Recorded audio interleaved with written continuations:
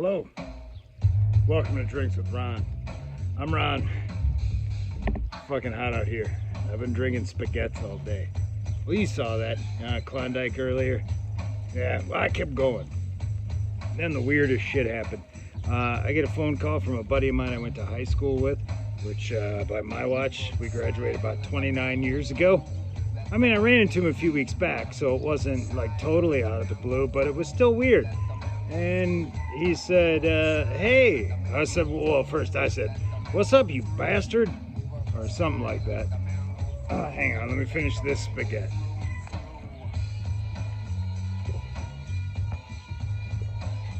All right. Oh, I also got the grill. I need to get the grill restarted for the cheese. It's a thing. Hang on. Don't like pepper jack. That's what we got. I mean, seriously, I was like a man baby into my 30s. I would have given you total, I didn't want the fish vibes probably into my 30s, but I'm in my 40s now. You shut up if you want cheese, you eat it. And if not, you shut your fucking face, baby. So, we can get some pepper jack on these bitches.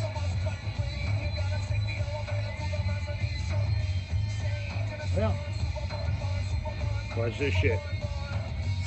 This is science and math. Alright, well, turning that back off. Fuck, man. Alright. Well, there's enough heat in there to melt it. Anyway, oh, I don't have a spaghetti now. Oh, hang on. Spaghetti number, whoa, who's counting? Counting's for bitches. I ain't counting. But I am trying to shield myself from the sun. I mean, I do need a little bit of sun on this honky freight. Let's not lie to ourselves. I need, especially on the back. I had some 3rd-degree sunburns on the back. 2nd-degree sunburns back in the day. Multiple with blisters. Maybe that is 3rd. I don't know. The point is, I've burnt with blisters on my back multiple times. Sun and this honky don't agree. So too much sun is worse for me than too much liquor. You can believe that. And sun and liquor? Bad idea.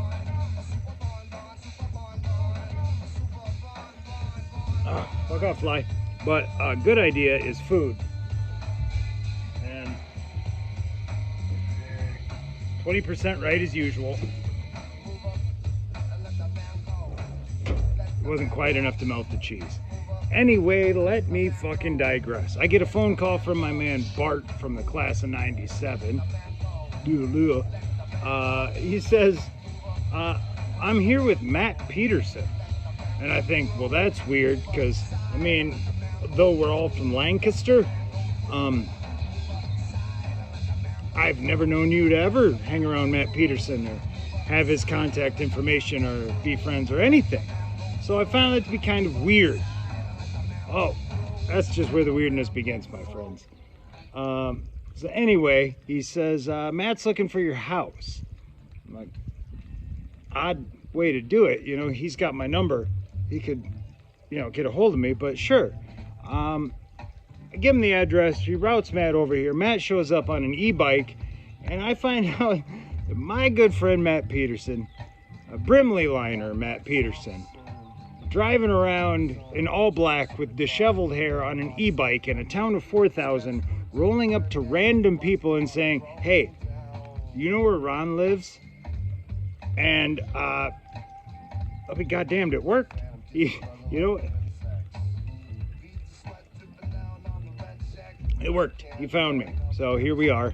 Oh, I gotta check the cheese.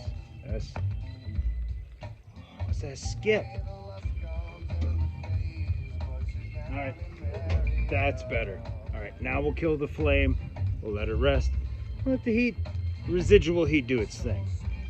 So anyway, my buddy Matt shows up and we have some spaghetti. So that was most unexpected. Matt and I have been in multiple bands together.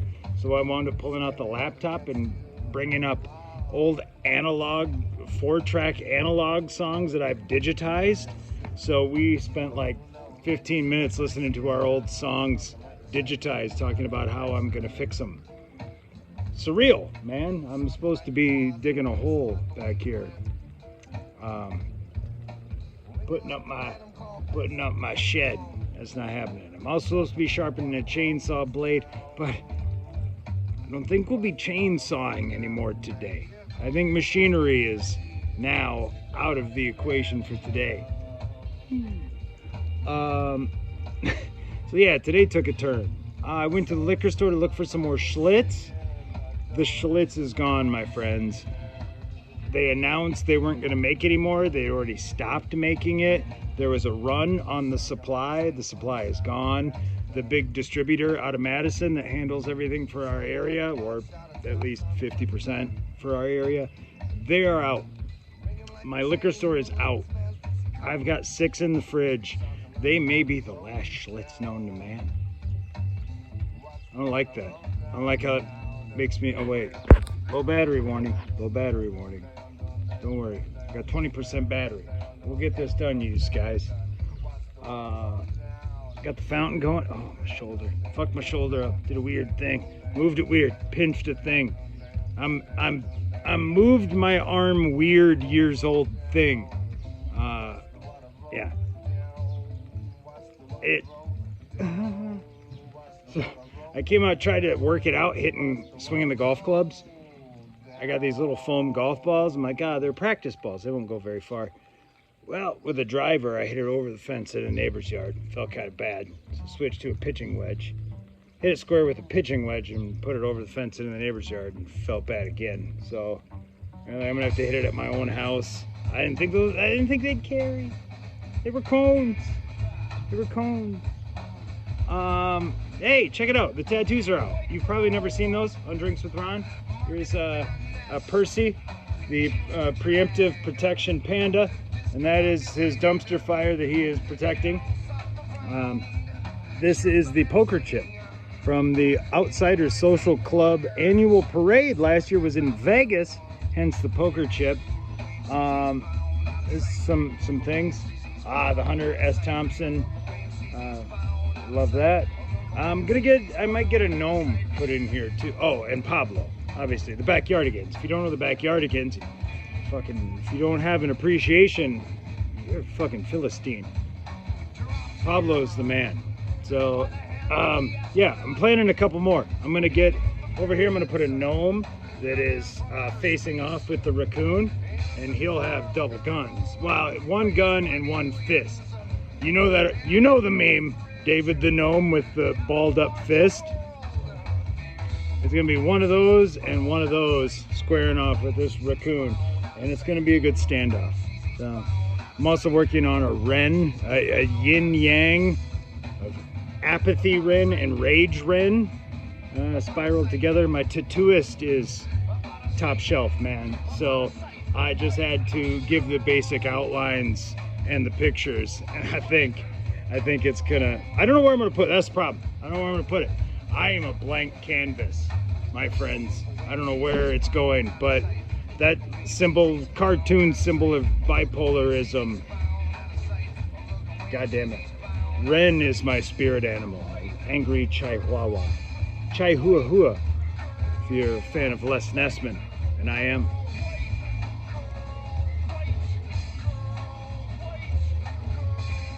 We are officially in spaghetti temperatures, 77 today in Wisconsin. That's goddamn tropical here. Man. Ted Jansen objecting to the repetitiveness of Mike Doty and his... Yeah, I know, Ted, it's avant-garde. You're gonna have to fucking deal with it. It's like a jazz art thing. He repeats. You can't just do it though. Like, you can't just repeat a line and have it work like Mike Doty does. I've tried it. I've got tracks where I'd repeat it. It's annoying. It's just a guy saying things. There's a thing he does. Teddy? All right.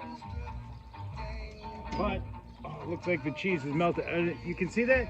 You can see that.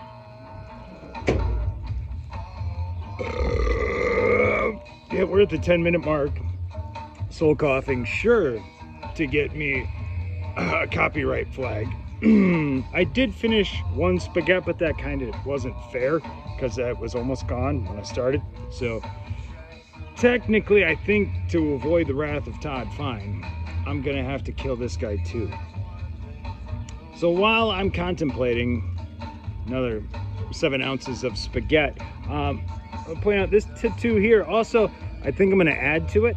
I said this was from our Vegas parade, the Outsider Social Club podcast. And if you enjoy podcasts, it is available anywhere podcasts are available. Search the Half-Assed Podcast Network, or you can look directly for the Outsider Social Club if you want only that show on this fabulous network of totally half-assed, kind of thought about, almost produced podcasts. Well, then this is for you. So find the Half-Assed Podcast Network, Outsider Social Club. Every year we try to get together and have a parade, as we call it. All right, you know what? I'm at 11 minutes. I've got a lot of beer. Let me just tell the story. I start a podcast. I got 2 people, my brother-in-law and my buddy Jonah, are trying to get me to start a podcast for like a year running. But there's a couple factors here. Number 1, I am cheap. It's over $100 to start a podcast. Okay? So 2, I don't know how to start a podcast. So 3 is that if I'm going to start one and to pay $100, I need to make sure that I've got content to put on it. Like, I don't want to pay $108, but if I'm going to, I don't want there to be 6 shows a year. I'm not doing that. I mean, if I'm gonna get a podcast that's got unlimited uploads, I'm gonna get my fucking money's worth, right? So I didn't want to do it because I didn't know how. I don't know how any of the shit worked. There's a big learning curve. I didn't have the equipment. I just kind of started getting the equipment back to do it because we'd been talking about it. So these 2 guys separately are talking me into it. Jonah's got a football podcast idea. My brother-in-law's got a just generic banter podcast idea. And I'm like, you know what? All right, well, that's 2 shows. Now, I know you guys aren't gonna follow through. I'm not gonna get 6 episodes a year out of each of you, so I'm not gonna get 12 episodes, so I can't do that. I need to come up with a couple more shows. So I started kicking around 2 more concepts, and I thought if I can find 4 shows with 4 co-hosts, because I don't want to carry all this. Don't get me wrong. I love listening to myself talk. These fucking Dawson. Handsome mustachioed man reads the news in pleasing baritone tonight at 11. Totally love listening to myself talk. But if I don't have anything to fucking say, and I'm not here to just spit out my interest at people. I've got plenty of things I enjoy. I don't need to tell everyone about them. So if I can find a co-host that has enthusiasm for something, I can piggyback their enthusiasm. I can produce a show based off their excitement. That's what this comes down to. I need 4 excited people excited about 4 topics, enough that I feel confident that I can get enough shows to make my $108 that I'm gonna have to pay myself because I know nobody's gonna kick in. It's like, if I'm gonna pay this money, I gotta know I got not a network, even a show. I gotta have content. I gotta fill the scheduling block. So I finally feel good enough about the process. They talk me into it. We start a podcast. Jonah and I are doing Dynasty Football, which honestly was a great podcast. If Jonah didn't get super busy, I would love to be doing that fucking bi-weekly. Great podcast, and unbelievably a gap in the podcast like kingdom. Like, Dynasty Football podcasts aren't abundant, and if they are, I'm assuming they're not real good because I don't know of them. But and my brother-in-law and I are doing generic banter. I'm trying to work on a couple other things. I talked to some guys on Twitter. We're big fans of the Dan Le Batard show. Well, this guy comes to me and he says, hey, I want to do a draft. We want to draft people who are on the Dan Le Batard show, people and guests and behind the scenes production. We're going to put together a list of 30 people. We're going to get 6 of us together and we're going to draft 5 rounds. Who's your crew to put together a week of podcasts? He wants to do it on Twitter. slow motion. Everybody gets on the clock. They get 24 hours to make their pick. And I said, well, I've got a podcast that we can use. Why don't we do it on there instead of doing it over fucking 10 days on Twitter with nobody watching? We can do it all at once. We put it out. So we did. We did a Dan Le Batard show draft. We had so much fun with the fucking thing. We were like, you guys want to keep doing a podcast? Because I'll keep doing this podcast. So we basically kept up with a loosely Dan Le Batard show based podcast for a while, started bringing in guests, doing a whole thing. Then we brought in some guests. My Idaho guy, Troy, he's got a thing with parades. So every time we'd bring a guest on, the funny, like, blindside question to throw them off was, what's your favorite kind of parade? And the funny thing is, no matter how many people we hit with this question, everyone came back with an answer. You would think, I'm not a parade guy. I don't like parades. But if you were to ask me that question, Ron, what's your favorite parade? I'd go, oh my God, it's La Crosse, Wisconsin, Oktoberfest. Second largest Oktoberfest in the world behind Germany. That parade's great. And then I went, oh shit, I have a favorite parade. Fuck. So we kept asking the guests this. I think Mays said he loves pride parades. I was like, oh, that's good. That would be a good time. Mays, I just say that. Anthony Mays, if you listen to podcasts, Count the Dings Network, Cinephobe, he does a bunch of stuff. He's a big name in the podcast world. He also works with Zach Harper. And Zach Harper's answer to that question was, well, in New Orleans, they do this thing called a second line. You can actually pay and have a parade down Bourbon Street. They give you the band, they escort you, they do the whole thing. So that kind of planted the seed. Well, we had a guest on later, Samo, and he heard these episodes and he said, hey guys, I'm going to be in New Orleans in November. If you want to have a literal parade for the pod, I'll pay for it. And I went, holy shit, I'm out of vacation for the year, but I'll see what I can do. Long story short, to do a second line parade or whatever, first, I don't know what the fuck the name, it doesn't fucking matter. It doesn't fucking matter. Fuck you if you think it matters. Anyway, you have to have police at the front, police at the back, and you're paying them all overtime. Now, I'm assuming the cops are cool because it's New Orleans, but it wound up being like over $1,000, and then there was a lot of cops involved. So, if you know me, I wasn't real keen on that. And Samuel also, didn't want to drop like $1,200. So he's like, hey guys, I'll do it, but I'm like, no. We thought this was like a $300 thing. No, you don't need to spend $1,200 on a parade. But I got the time off work. I flew to New Orleans, met Troy and Samuel. We paraded down Bourbon ourselves. It was a great time. So I want to get a fucking fleur-de-lis added here. But you've probably seen it on the podcast, my pink hoodie. It's got a picture of myself on it. That is actually from the New Orleans parade. It is the flyer. It's my face from back when I had hair with like pseudo white guy twisty dreads. And Samo did it in like a pink, like Miami Vice scheme. So I want to get a fleur-de-lis in that color with the ear here. Next to that, I want to get a dome, because the year after we had the parade here in scenic, beautiful Lancaster, Wisconsin, where we have a courthouse with a dome, classic architecture, not modeled after, like the U.S. Capitol, modeled after St. Peter's Basilica, slightly different dome, but the architecture, again, fantastic, made of copper.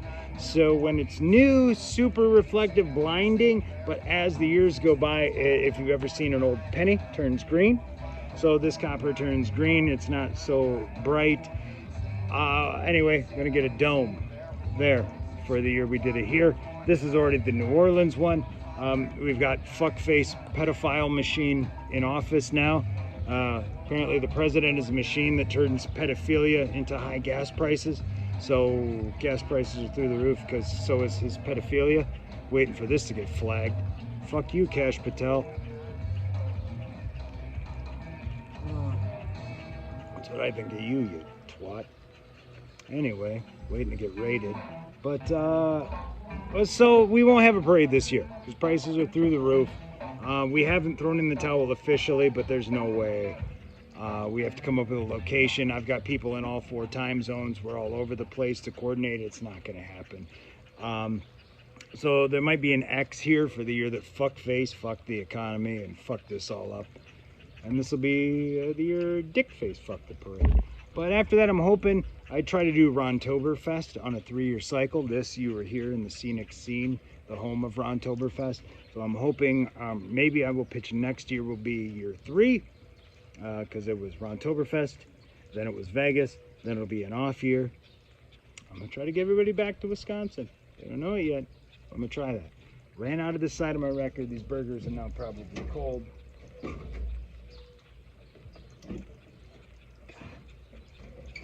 Fucking drunk and long-winded, and I suck. 21 minutes. These should never be 21 minutes. I'm sorry, and I apologize. And I still haven't finished. Jesus Christ. But I already paid $1 into the bucket. You don't have to believe me, but there's dollars in the bucket that weren't in there this morning from the last time out here when I didn't. I don't care if you believe me. Fuck you. I don't need your approval.